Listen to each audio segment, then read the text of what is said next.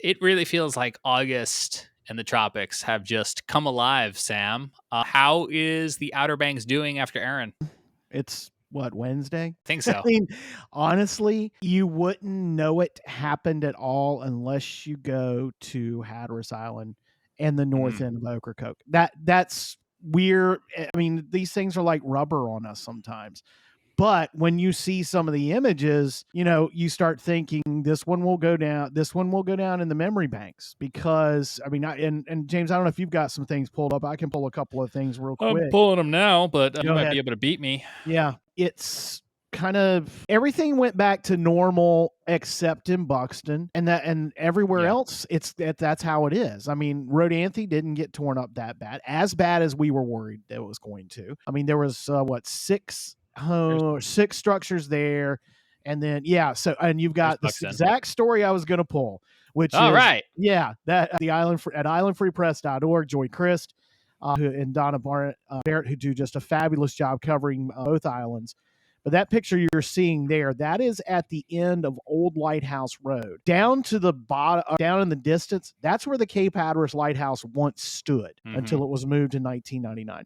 What you're seeing is not just the debris from the houses and decks and first floors of houses in North Buxton that were pretty beat up. What you're also seeing is the remnants of a former Cold War era Navy base. And over the last 2 years, and we talked about it on previous episodes, that the remnants of that base, that the military just essentially threw their hands up and walked away from, and that's what they seem to do sometimes, have all been exposed by Erin. They've been exposed by several offshore hurricanes and nor'easters over the last 2 years, but it really just tore through there.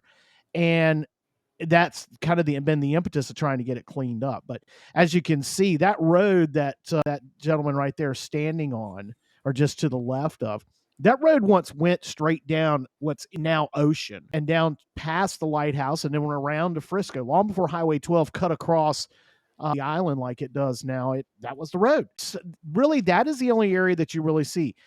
That stretch right there of Highway 12, if you go look at it right now, and I believe that's Ocracoke on Sunday. Is that Sunday or Monday? Can you tell me? I can't see it. August 24th is when it was posted, so that would have been Sunday.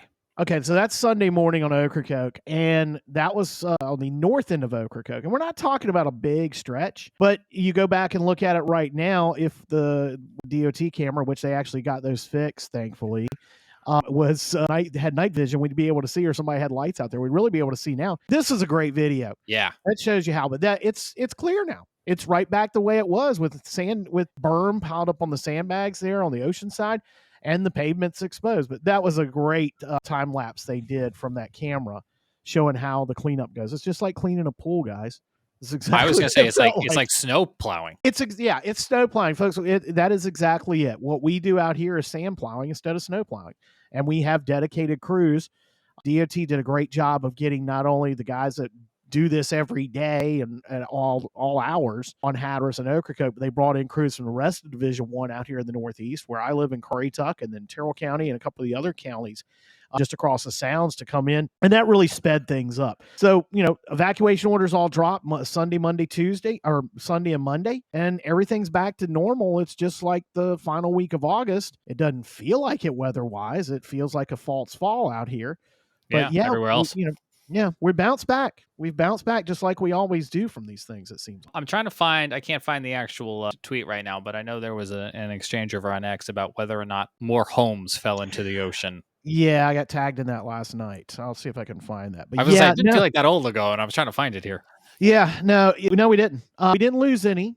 There were a lot of, like I said, ground floor. And when we talk about ground floor here, ground floor is not oceanfront homes. You don't live in those. Those are like basements. They're fun rooms. They're rumpus rooms. It's where you put a pool table. It's where you put a ping pong table. It's where you might have a wet bar to go out to the pool or go out to the beach. You might have a spare bedroom. And some places, they'll end up renting those out as, a little Airbnb action going on there. But when the reason they're built the way they are is that if the ocean comes in and the ocean comes in, it's going to take it out. And that's what all that debris that you saw scattered. A lot of that debris is from those first floors. We've got probably about 24 homes that have been condemned in Buxton because their septic tanks failed, or there might be some structural damage enough that the building inspectors in Dare County said, no, you can't have people in there. So the power's been cut, Two water's dozen cut. homes just from Erin. Yeah, roughly about 24 homes just from Erin. Okay. Yeah.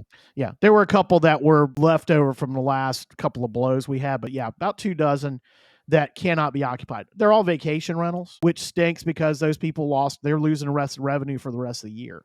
And if we've kind of trying to get an economic estimate on it, I can tell you this: one campground owner I talked to, they lost $100,000 over 6 Wow. days of evacuation. Now, it's one of the largest campgrounds on Hatteras Island, but they lost well over $100,000. So, they're fortunate enough that they've had record numbers for the last 5 years. But so the economic impact from this, all those homeowners, they're going to miss out on rentals the rest of the year. Not just, summer. We don't just rent here summer and shoulder season. We rent year round here now. We don't get an off season like you used to before COVID. They've lost that revenue.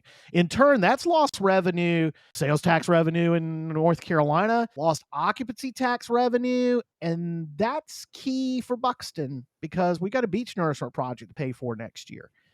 By losing that revenue, a portion of that occupancy tax goes back into the fun beach nourishment. So there's going to be lost dollars there, and Buxton is right on the edge.